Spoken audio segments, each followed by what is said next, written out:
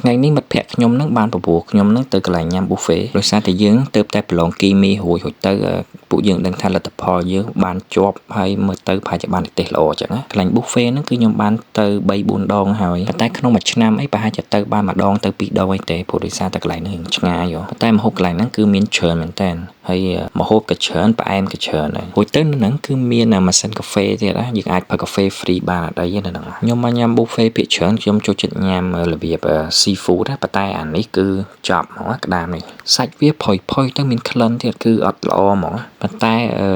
បកាវិញគឺអត់អីទេស្រស់អាចទទួលយកបានម្ហូបនោះហ្នឹងច្រើនពេកទៅគឺខ្ញុំអាចបានញ៉ាំគ្រប់មុខទេព្រោះអីខ្ញុំមើលតែម្ហូបណាដែលតំណងឬក៏ម្ហូបណាដែលកម្រញ៉ាំបានញ៉ាំអញ្ចឹងភាគច្រើន sushi ដែលនៅកន្លែងហាង buffet ហ្នឹងគឺអត់សូវឆ្ងាញ់ទេព្រោះដោយសារតែបាយវាច្បាច់ហឹងពេកបើមិនអញ្ចឹងទេក៏វាខ្សោះស្ងួតអត់ឆ្ងាញ់ដែរនៅហ្នឹងមានទាំងបាយឆាមីឆាឬក៏មានទាំងទីមសាំទៀតកន្លែងនេះហ្នឹងគឺជាកន្លែងដែលគេឆាមីឆាអីបើសិនយើងចង់ឆាមីឬក៏ចង់ឆាបន្លែឆាអីទៅយើងចាប់តែសាច់ឬចាប់បន្លែណាដែលយើងចូលចិត្តទៅយើងដាក់នៅលើតុហ្នឹងទៅគេឆាយើងអញ្ចឹងទៅយើងត្រូវថែមគ្រឿងថែមអីអញ្ចឹងទៅបកាពីរមុខនេះហ្នឹងគឺមានអីឆ្ងាញ់មែនតើព្រោះដោយសារតែវាស្រស់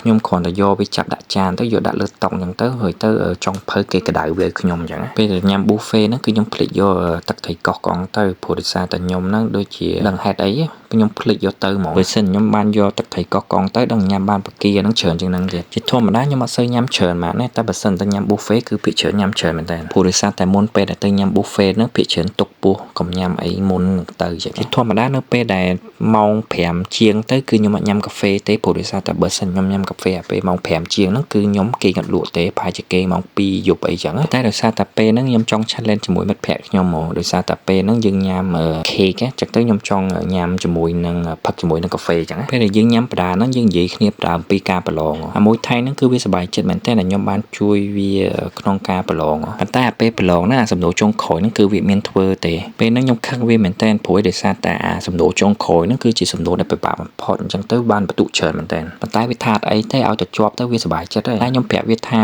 យើងអត់ដឹងថាអ្វីដែលយើងបានសរសេរហ្នឹងត្រឹមត្រូវឬក៏អត់ទេអញ្ចឹងទៅអ្វីដែលយើងអាចសរសេរបានឬក៏អាចធ្វើបានគួរតែធ្វើឲ្យអស់លទ្ធភាពអញ្ចឹងណាពេលក្នុងការប្រឡងហ្នឹងនៅពេលដែលខ្ញុំប្រាប់វាហ្នឹងវាចេះតែភ័យ